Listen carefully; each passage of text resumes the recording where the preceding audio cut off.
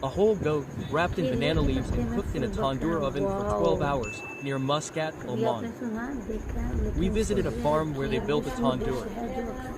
First, they heated the oven with wood. Then, they brought a whole goat, slaughtered it, and skinned it. Look, they're adding fat inside the cuts. So the fat seeps in. Wow, they seasoned the whole goat and wrapped it in spices. This is called mutton shua, a traditional Omani-style goat. The heart is inside, and they added fat so it doesn't dry out. More fat by the liver so it stays moist.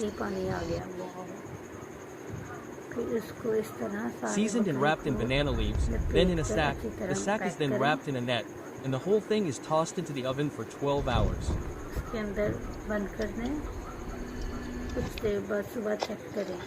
Here it is, praise be to God, the goat's coming out. 12 hours later.